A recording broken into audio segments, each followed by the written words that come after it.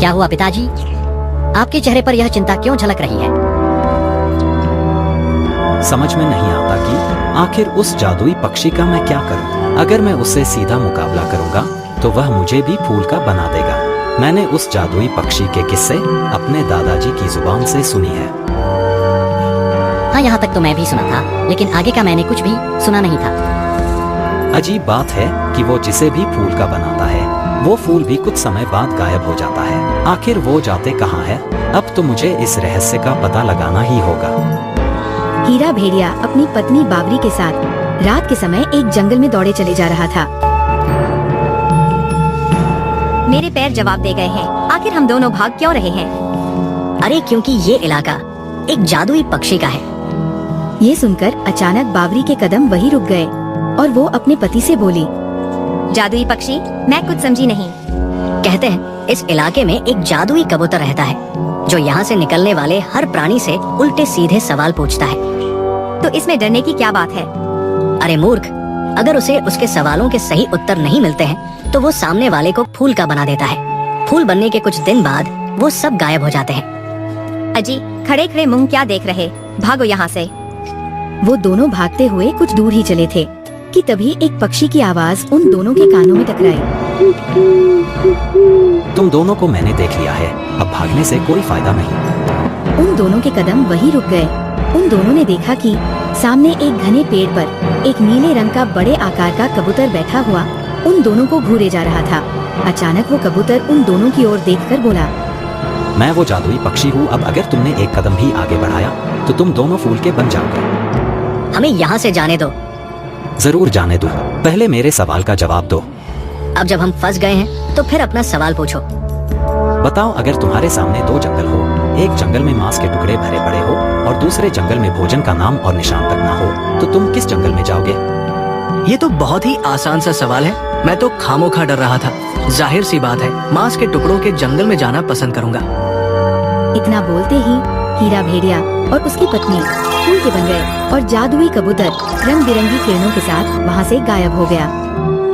अगले दिन जब पुष्पा हिरन वहाँ से गुजरा तो हीरा और बावरी को फूल का बना हुआ देख बुरी तरह से घबरा गया और दौड़ता हुआ बूढ़ा शेर की गुफा के पास चला गया। क्या बात है हिरन, तुम इतने घबराए हुए क्यों हो? जिस बात का डर था महाराज, वही हुआ। आपके मेहमान फूल के बन चुके हैं। तुम्हारा मतलब है हीरा और बावरी? हाँ महाराज, अभी अभी देख कर आ रहा हूँ। उस जादुई पक्षी ने उन दोनों को भी फूल का बना दिया है। अब कुछ समय बाद वह फूल भी गायब हो जाएंगे। इतना बोलकर पुष्पा हिरन वहाँ से चला गया और शेर खामोशी से एक तरफ बैठकर गहरी सोच में डूब गया। तभी वहाँ पर उसका बेटा आ गया जो कि जवान था। क्या हुआ पिताजी? आपके चेहरे पर यह चिंता क्यों झलक रही है? समझ में नहीं आता कि आखिर उस जादुई पक्षी का मैं क्या करूं। अगर मैं उससे सीधा मुकाबला करूंगा तो वह मुझे भी फूल का बना देगा। आखिर वो जाते कहाँ है? अब तो मुझे इस रहस्य का पता लगाना ही होगा। बूढ़े का बेटा एक बेहद बहादुर और समझदार शेर था। बेटा शेर उसी पेड़ के पास गया जिस पेड़ के ऊपर वो जादुई कबूतर रहा करता था। तुम तो इस जंगल के राजा बूढ़ा के बेटे हो, इस जंगल के होने वाले राजा। सुना है कि तुम यहाँ से आने जाने वाले प्राणियों से सवाल करते हो और उन्हें फूल का बना देते हो। तुम्हारा क्या सवाल है? मुझसे पूछो तुम। तो वाकई असली शेर निकले।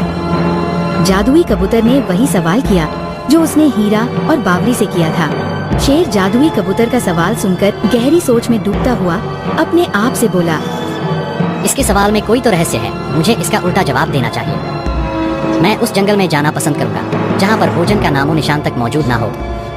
तुम पहले प्राणी हो जिसने सही उत्तर दिया है, लेकिन अब तुम्हें सूखे जंगल में जाना होगा। उस जादुई कबूतर ने इतना कहा ही था कि तभी बेटा शेर ने अपने आप को एक दूसरे जंगल में पाया। सारे जंगल में भयंकर सूखा पड़ा हुआ था। वहाँ के पेड़ पौधे सभी सूखे और मुरझाए हुए थे। उस जंगल में किसी भी जीव का नामो निशान तक मौजूद नहीं था। बेटा अपने आप से बोला, जरूर यहाँ कोई रहस्य है। तभी बेटा शेर के कानों में बहुत से जानवरों की आवाज टकराई। बेटा शेर उन जानवरों की आवाजों की दिशा की ओर दौड़ने लगा। मुझे यहाँ से बाहर निकालो। और मुझे भी। बेटा शेर अपने सर से उस जाल को तोड़ने का प्रयास करने लगा। तभी बेटा शेर ने अपने आप को एक तालाब के पास एक नीले रंग की बाज के पास खड़े पाया। आखिर ये क्या रहस्य है? मैं यहाँ पर कैसे आ गया? ये एक जादुई जंगल है। अगर तुम अपने जंगल के प्राणियों को आजाद कराना चाहते हो तो तुम्हें यहाँ से कुछ दूर एक गुफा में जाना होगा। गुफा? कैसी गुफा? उस गुफा के अंदर एक जादूगरनी लोमड़ी रहती है।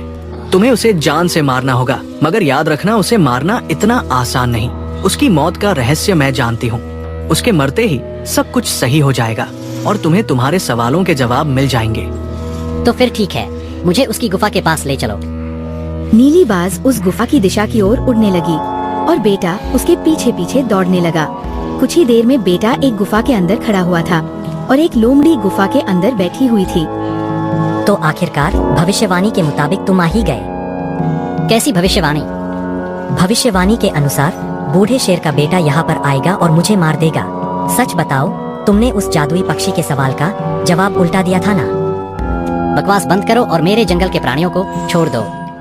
तुम यहाँ जरूर हो, लेकिन तुम यहाँ से जिंदा बचकर नहीं जा सकते। जल्दी से इसकी गर्दन पर हमला कर दो, ये इसकी कमजोरी है। बेटा शेर ने बगैर कुछ सोचे उस लोमड़ी की गर्दन पर वार कर दिया। लोमड़ी एक ही बार में ढेर हो गई। अगले ही पल बेटा ने अपने आप को उस जादुई कबूतर के पेड़ के पास खड़े पाया और वो नीली कबूतर बहुत सुंदर परी में परिवर्तित हो गया। ये सब क्या रहस्य है? सुनो, मैं एक परी हूँ। तुम एक तालाब देख रहे हो। इस तालाब के अंदर एक दूसरे जंगल का द्वार खुलता है जो कि दूसरी दुनिया का है। मैं दोनों जगह रहती हूँ। जिस लोमड़ी को तुमने जान से मारा वो लोमड़ी एक जादूगरनी थी। उसने अपनी जादू की शक्ति से मुझे कबूतर बना दिया था और मेरी माँ को नीली बाज में परिवर्तित कर दिया था। लेकिन उसने ऐसा क्यों किया?